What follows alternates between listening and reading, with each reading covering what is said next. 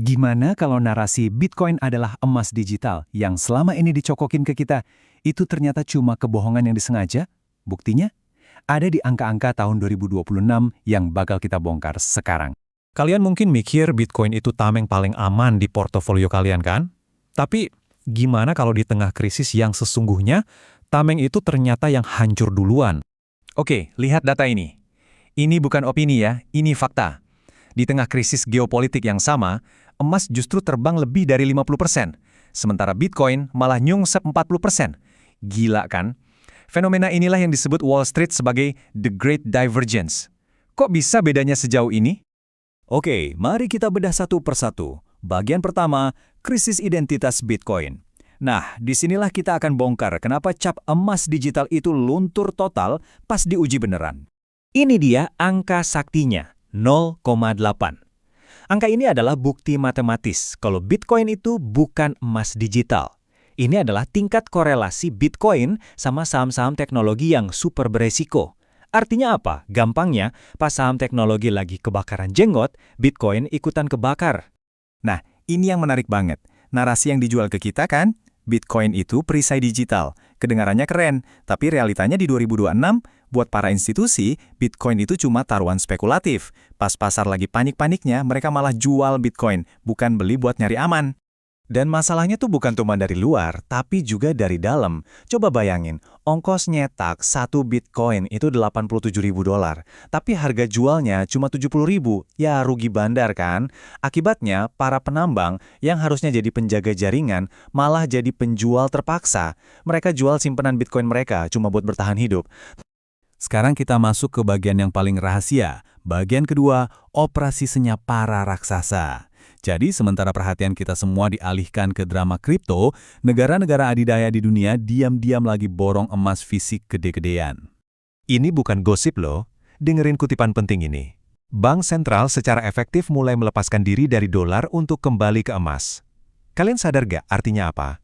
Ini bukan lagi soal investasi, ini soal tatanan keuangan dunia yang lagi dirombak ulang di depan mata kita. Dan inilah senjata rahasia mereka, The Unit. Sebuah sistem pembayaran baru dari blok negara BRICS yang 40%-nya di-backup langsung sama emas fisik.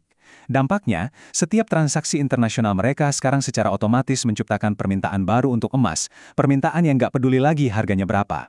Terus, siapa aja nih pemain besarnya? Lihat ini. Tiongkok beli terus-terusan buat lepas dari dolar AS. India sampai narik pulang 100 ton emasnya dari London. Itu sinyal gak percaya yang kuat banget. Bahkan negara kayak Polandia pun ikut agresif. Ini bukan kebetulan, ini gerakan global yang terkoordinasi. Dan ini bukti paling nyatanya di pasar modal. Lihat data aliran dana ETF di Januari 2026. ETF emas dibanjiri duit masuk $19 miliar. Sementara itu, ETF Bitcoin malah ditinggalin minus $318 juta. Uang pintar sudah memilih. Semua ini nggak terjadi gitu aja. Ada perfect storm yang jadi pemicunya. Bagian ketiga, badai geopolitik 2026. 3 peristiwa global yang jadi pemicu utamanya. Ini dia 3 pemicunya. 1. Perang tarif agresif dari Trump. 2. Eskalasi militer dengan Iran yang makin panas. Dan 3. War shock, era baru kebijakan moneter super ketat dari The Fed. Tiga-tiganya ini kalau digabung, jadilah stagflasi, lingkungan paling sempurna buat emas. Pemicu pertama, perang tarif. Kebijakan tarif baru Trump ini bikin perdagangan global macet total. Ini resep klasik buat stagflasi. Ekonomi melambat, tapi harga-harga barang malah naik gila-gilaan. Kondisi kayak gini tuh surganya emas, tapi racun mematikan buat aset berisiko. Pemicu kedua, konflik Iran. Sepertiga dari Angkatan Laut AS udah siaga di Timur Tengah. Ancaman perang beneran itu bukan lagi kemungkinan kecil, tapi udah jadi skenario utama para manajer investasi. Kalau udah bau-bau mesiu gini, semua orang lari ke aset fisik tanpa risiko pihak ketiga. Jawabannya, emas.